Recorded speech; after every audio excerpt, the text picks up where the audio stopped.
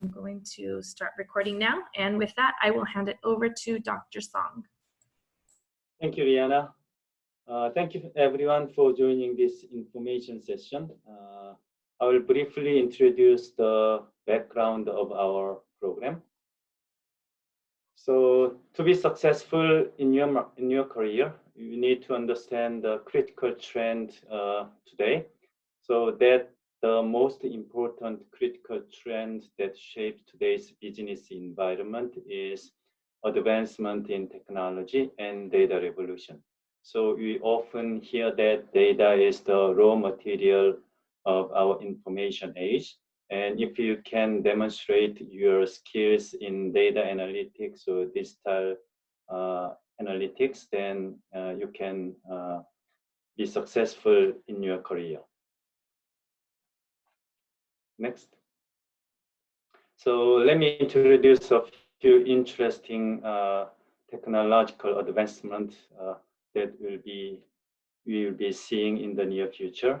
A lot of areas related to autonomous vehicles, including delivery robots, driverless cars, driverless drones, and trucks. Next. And those driverless techniques will revolutionize the logistics and transportation, and also in communication area, advancement in natural language processing can make us communicate with foreigners in real time without actually learning foreign languages. And today's machines, computers can identify images. So you can come up with a lot of interesting applications. For example, computers can identify skin cancers from normal disease and help doctors diagnose skin cancers. And farming machines can identify crops distinguish crops from weed, and they can spray herbicide only on weed so that they can save the environment and reduce cost for farmers. Next. In the area of marketing, chatbots can initiate dialogue with customers and help and answer customers' inquiries. And predictive analytics applied to marketing can predict which customers will be likely to respond to our marketing campaign, or which customers are likely to leave our company. And they can take actions to keep the customers. Face recognition technology can help marketers identify customer demographics and send a targeted message for specific to those customers. Next. So this graph shows the interest of people based on Google Trend keyword search. Not surprisingly, interest in big data surged around 2010 and keeps increasing. The same goes for machine learning, AI, big data analytics, like that. Next. Yeah, business analytics is another term that people shows great interest. So faced with these situations, some people are worried about robots will take our jobs and people will lose their jobs. In some sense, it's true, but this is only half of the picture. It's more wise to focus on where new jobs are created. Next. So this is the area where new jobs will be created, lots of jobs, data science, marketing analytics, business analytics. So schools are producing people who are trained in data analytics, but still there are a shortage of people who have deep knowledge in business analytics. So against this background, CSULB created Marketing Analytics Master Program. So in this program, we are focused on two broad areas. One is traditional marketing expertise, Another area is data analytics. Our program is STEM designated. It means if you are a foreign student, you can stay up to 36 months of OPT to find a job. Our program is AACSB accredited and is very cost efficient. Our cost of the program is significantly cheaper than competing programs. And also, if you are a full-time student, then this is only 1 year program to finish all the coursework. So there is much lower opportunity cost. This is an example of full-time sample schedule. We start the program as boot camp in incoming summer. So in the boot camp, we will cover basic statistics and software training, including Python and Tableau. And the coursework include both traditional marketing courses, such as marketing management, marketing research, and also courses on analytics and digital and social media. So marketing analytics and advanced marketing analytics, social media analytics, like that. Next. So part-time student will finish the same coursework in 2 years. I can imagine broadly 2 career paths for a graduate. So some of you will be traditional marketing managers, but with deep data literacy.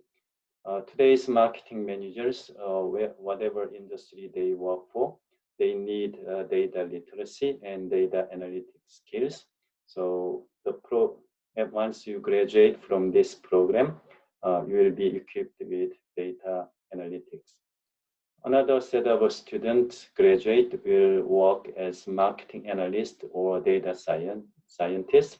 They will work on coding, day-to-day programming skill set if they like. So the official programming language of this program is Python, and we'll also cover Tableau, but no prior knowledge is required. We'll start from scratch and teach the basics of these programming languages. So that's the brief introduction to our program, and I will hand over to Rihanna for the application process. Thank you, Dr. Song. Okay, so I'm going to take you all through the application process for the MS Marketing Analytics degree program. So the first thing that we require is for applicants to hold a bachelor's degree, preferably in marketing or a business degree from your undergraduate degree institution.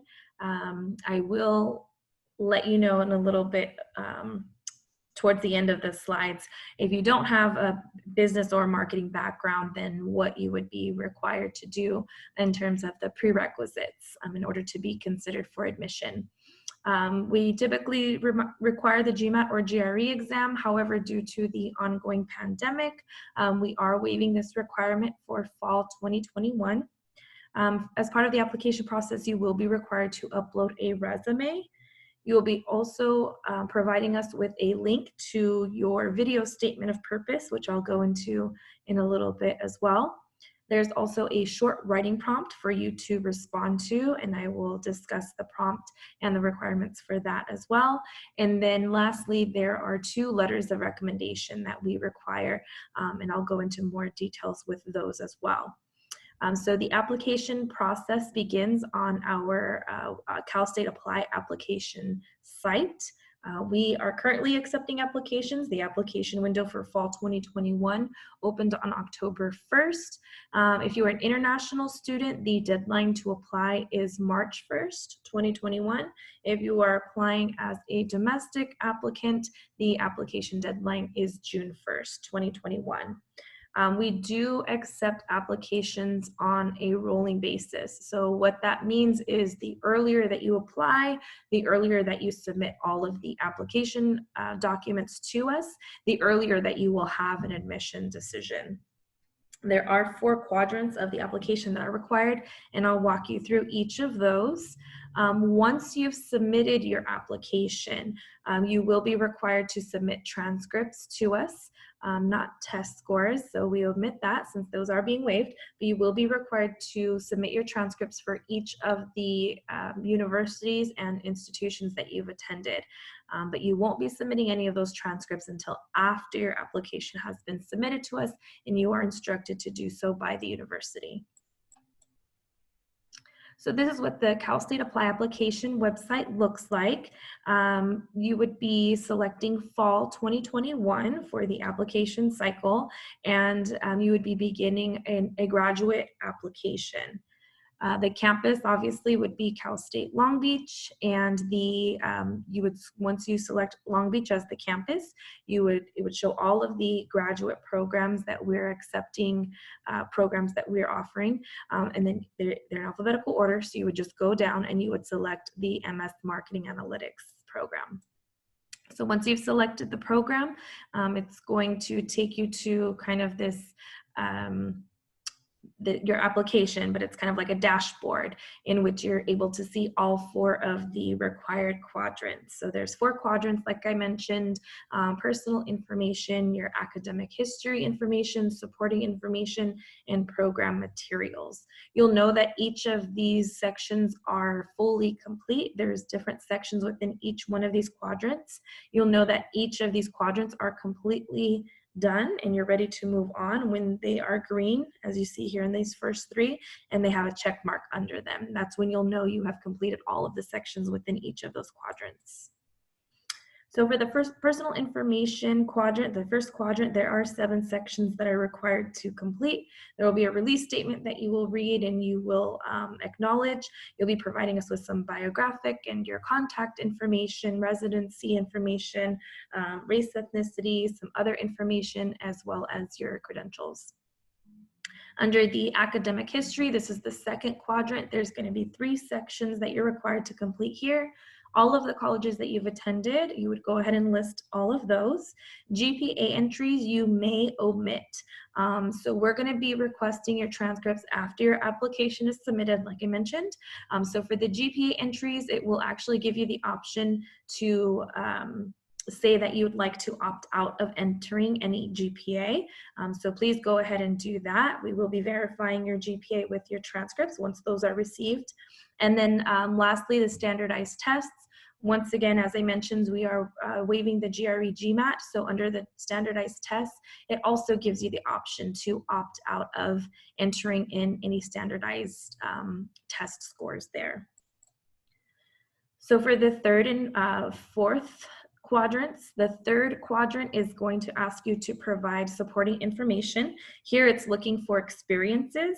You're actually going to go ahead and opt out of entering in any experiences here as well.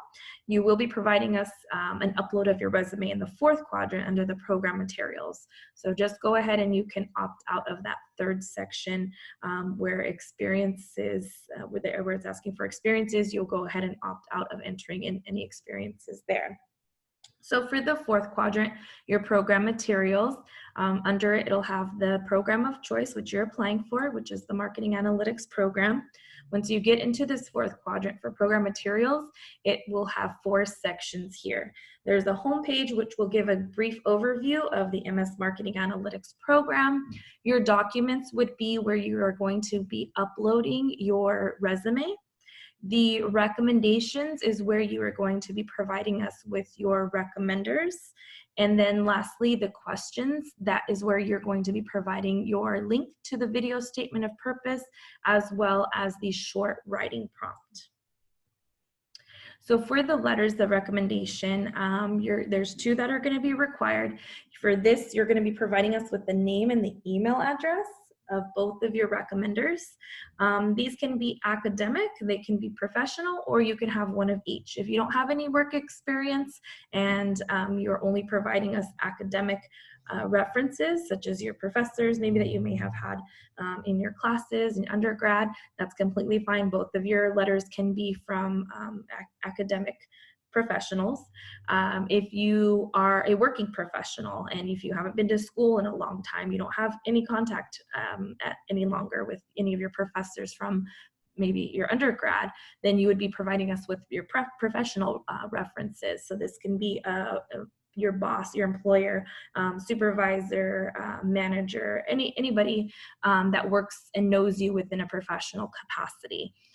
Or let's say you're working now and you maybe just have completed your undergraduate program and you want to have a letter of recommendation from maybe one of your recent professors as well as somebody from your workplace, then we would accept one of each as well. That's completely fine.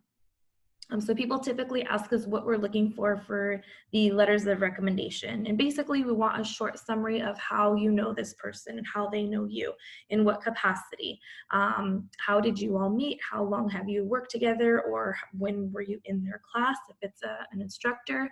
And then just kind of a basic overview of how you know each other and how long you have known each other for. We're looking for a few specific descriptions of the contributions that you've made either in the workplace or brought into the classroom. And then we're looking for a detailed statement of the characteristics that they believe would, basically endorsing you, that they believe will help you excel in your graduate studies.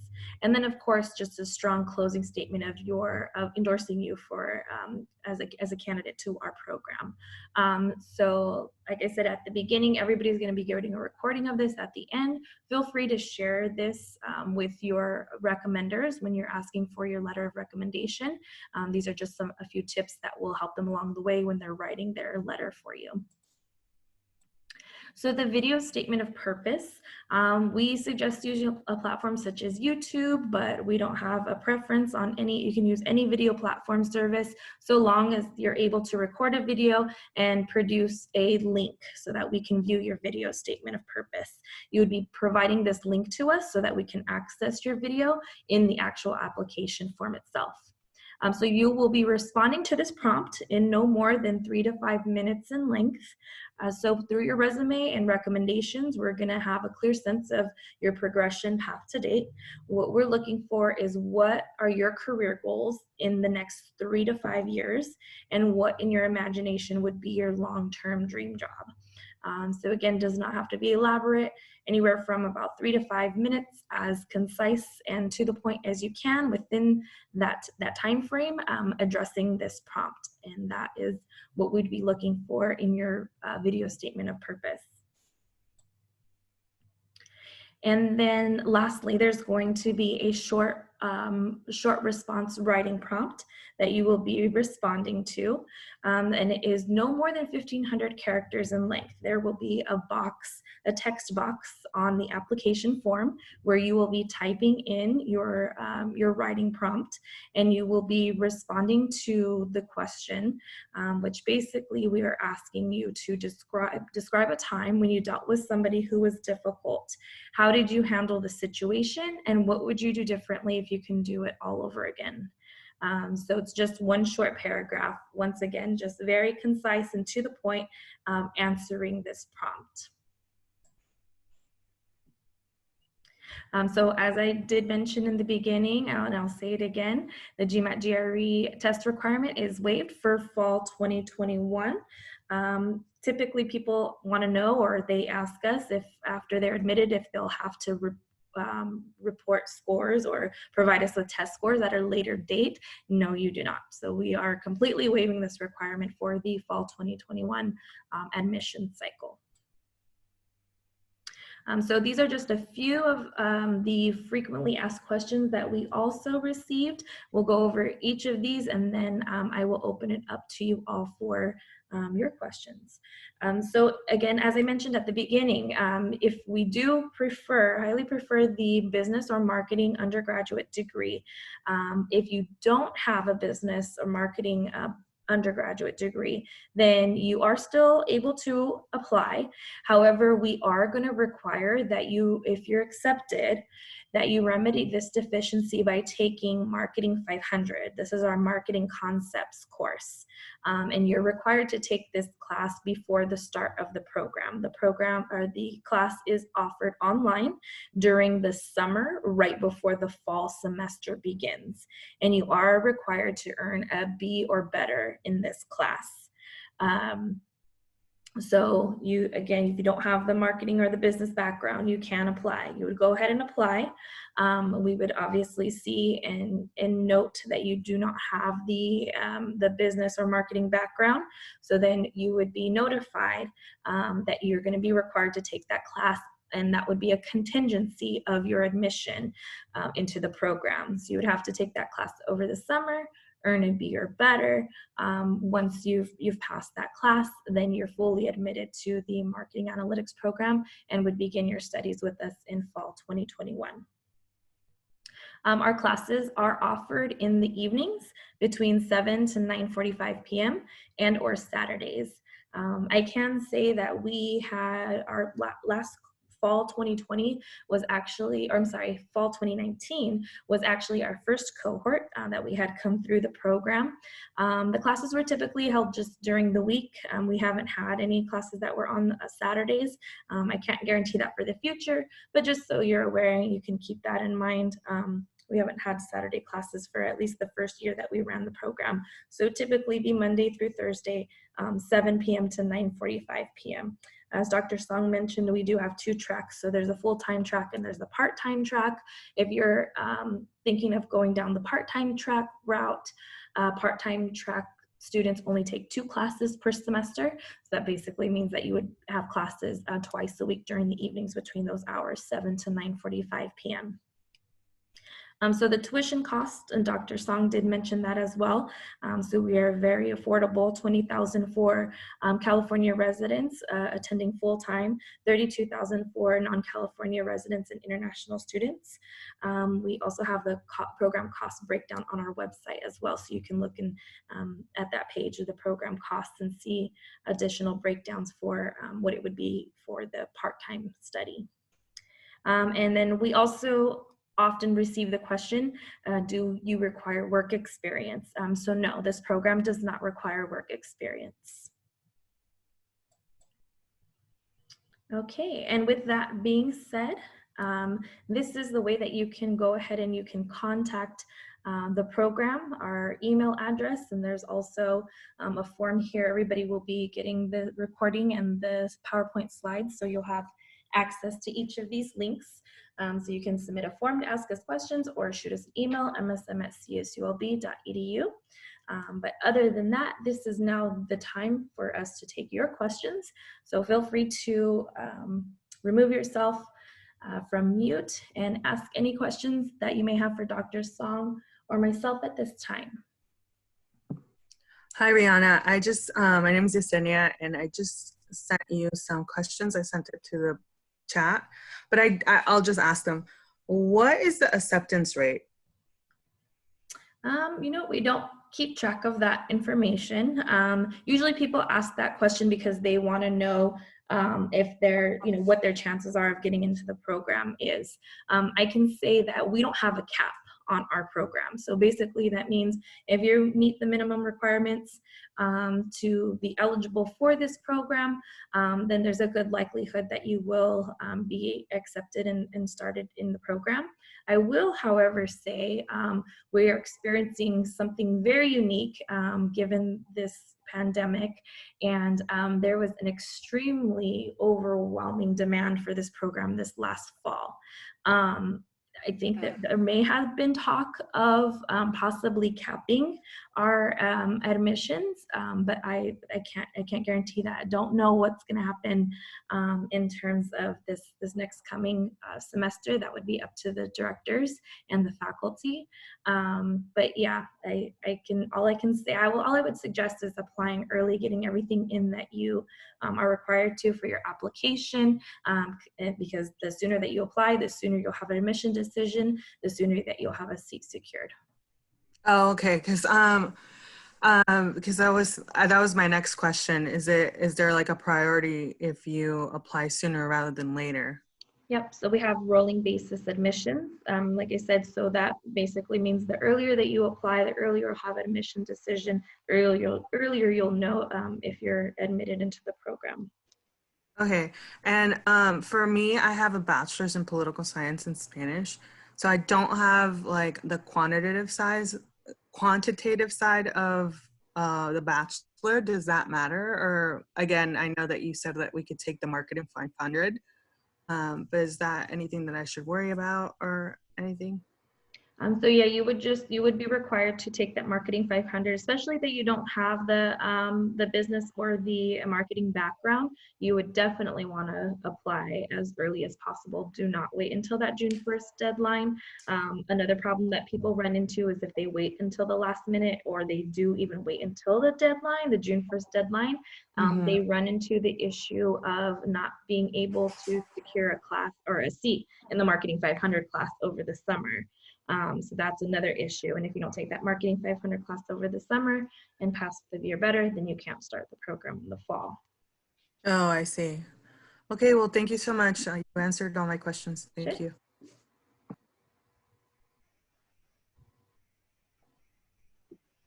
Hi, this is Tamara Hauser. Hi, Tamara.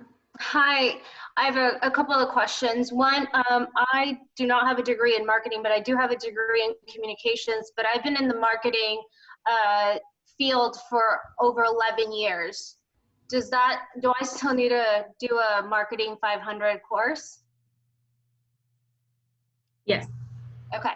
And then my second question is, your student body population in this program, what does it typically look like? Is it more people with, 5-10 years of experience in the field, or is it recent graduates? So like Dr. Song mentioned, we have two tracks, right? So we have our full-time track, which is the 1-year track, and then we have our part-time track, which is the 2-year track. From what I've seen, the 1-year track, those are typically people who are coming straight out of their undergrad, either with little to no experience, and they're just trying to get through the program as quickly as possible. The 2-year track is typically going to be, it's a part-time track, so it's typically going to be your working professionals. So those people are going to be people who maybe graduated a while back, have some of that work experience background, and are currently working. So they only have time to continue into a program part-time. So it's a little bit of both of each. And so if I am not currently working and I can do the full track, the 1-year track, is it the same even though I'm a experienced marketer already? It's the exact same, yeah. The only difference is that you're taking, well, in your first semester, you're taking 4 classes in the full-time track, and then you're taking only 3 classes after that, versus the part-time program, which is only 2 classes per semester. So 1 year full-time versus 2 years part-time. Gotcha. The exact same class. Mm-hmm. Got it. Thank you. Yep. Hi, good evening. I have a question. So as a marketing minor, I keep the marketing 500. Do you happen to know if there's an equivalent at Cal State Fullerton, or is this something that I have to take at Cal State Long Beach if accepted? For that, you would need to submit. You would need to find an equivalent course. I would recommend doing it at Long Beach because it gets really complicated. You'll need to find an equivalent course at Cal State Fullerton. You'll need to submit the course syllabus for evaluation, and Dr. Song would be the one to determine whether or not it's equivalent to our marketing 500 or not. Okay, thank you. Dr. Song, do you mind if I set up a meeting with you? No problem. Send an email, Thank you. please. Thank you.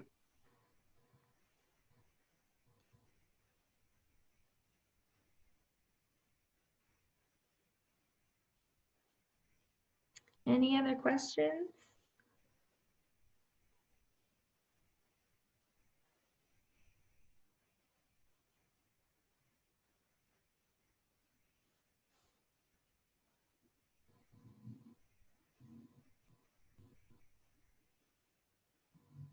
I see that we did have one question in the chat box that came in. If you take the GRE, does it make your application stronger? I'll leave that to Dr. Song because he's the one that makes the determination in regards to Yeah, enrichment. there is no difference in evaluation whether it is GRE or GMAT. So both are fine. But if you don't have quantitative background and worried about whether you are disadvantaged, then definitely you want to have a strong score on quantitative side of the test. Yeah, that's only matters, and GRE, GMAT doesn't matter. Yeah. I have another question. Aside from Tableau and Python, is there anything you could recommend that any like software that I could focus on while I'm in my undergrad? No, Something that's so used at the program. yeah, Python will be the main program, and if you are not familiar with Python, it can be difficult in the beginning. There is some learning cost. But other than that, probably marketing research class will use SPSS. So it's much easier than Python. So it's okay. But if you want to be prepared before, then you can try SPSS. As a psychology major, we use SPSS, so that's good news. Okay. Thank you. That's good. Yeah.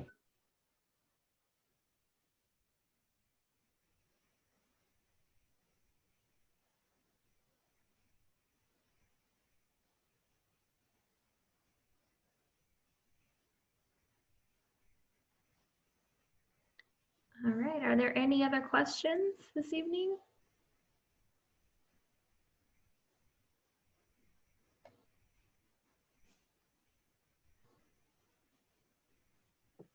Sorry, I do have one last question. With the pandemic, are you guys going in class or is it all online? How do you guys foresee fall of 2021? There hasn't been a determination made about fall 2021 yet. We are for sure all online in the spring of 2021. Fall, I can say that spring ends in May, fall begins in August. So there hasn't been a determination made about that at this time. Okay, thank you. So Dr. Song, just to clarify the last question, since we're not requiring the GMAT or GRE, this potential applicant wants to know if they do decide to take it, if it would help make them a stronger candidate.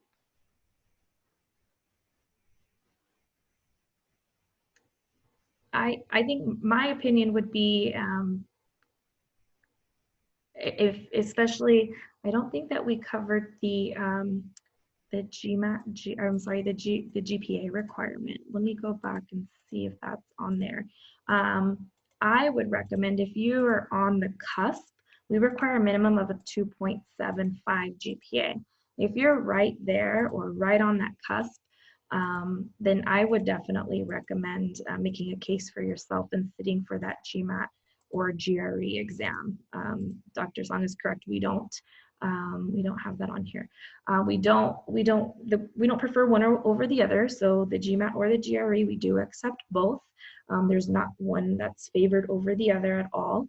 But yeah, I would definitely recommend, let's say, for example, maybe you don't have that marketing or that business background. Let's say, I don't know, you're a sociology major. Let's just, for example, say, I'm just throwing it out there, and maybe your GPA is 2.85. Just right above the 2.75. In order to make yourself more of that competitive candidate, again, this requirement is being waived, the GMAT GRE, but to help give yourself that extra boost, I would definitely recommend sitting for that GMAT GRE. Especially what we will be looking for, since sociology majors don't typically have the quantitative background that we're looking for. Sitting for that exam, there is a quantitative section in each of those exams. Having that quantitative score will help us to get a better gauge of what your abilities are, especially in the quantitative fields or disciplines, since this is a very heavily quantitative program.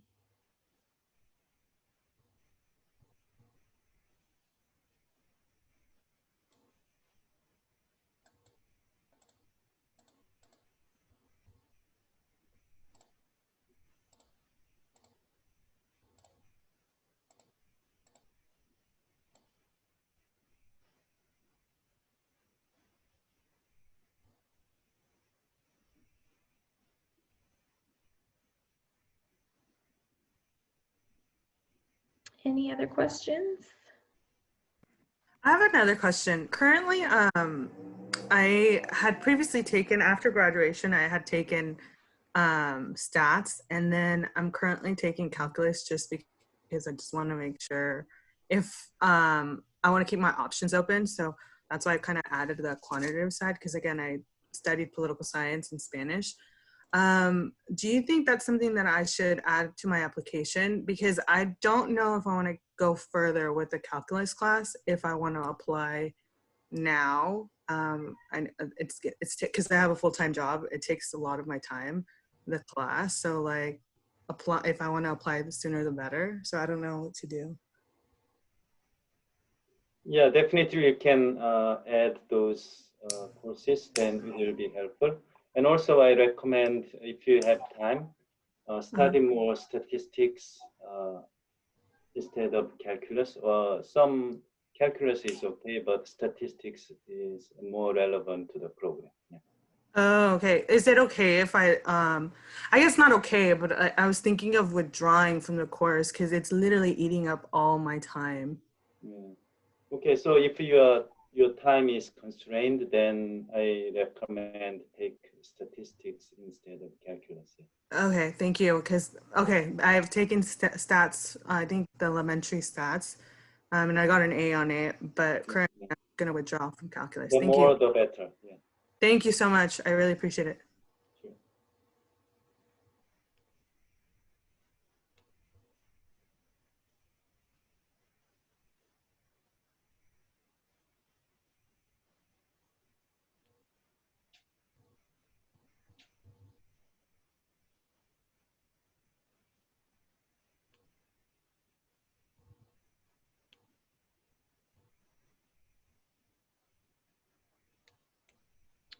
Right, well, if there are no other questions, once again, this is how you can reach out to us.